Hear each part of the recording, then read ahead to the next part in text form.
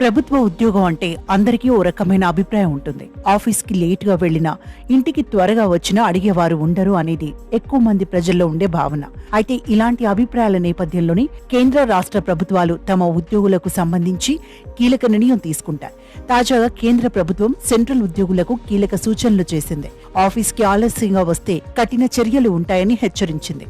నిత్యం ఆలస్యంగా ఆఫీస్కు వెళ్లే కేంద్ర ప్రభుత్వ ఉద్యోగులకు సర్కార్ షాక్ ఇచ్చింది. కేంద్ర సిబ్బంది, శిక్షణ విభాగం సీనియర్ అధికారులతో సహా ఉద్యోగులందరూ తప్పనిసరిగా 9 గంటల 15 లోపే బయోమెట్రిక్ అటెండెన్స్ వేయాలని స్పష్టం చేసింది.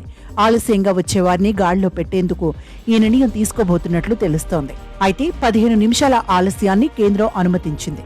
కొత్త రూల్ ప్రకారం ఉద్యోగులు ఉదయం 9 గంటల నుంచి సాయంత్రం 5 గంటల 30 నిమిషాల వరకు విధుల్లో ఉండాలి. ఉదయం 15 నిమిషాలు గ్రేస్ పీరియడ్ సదుపాయం ఉంటుంది. ఉద్యోగి 15 నిమిషాలైనా ఆఫీస్కి రాకపోతే దాన్ని హాఫ్ డే సెలవుగా పరిగణిస్తారు.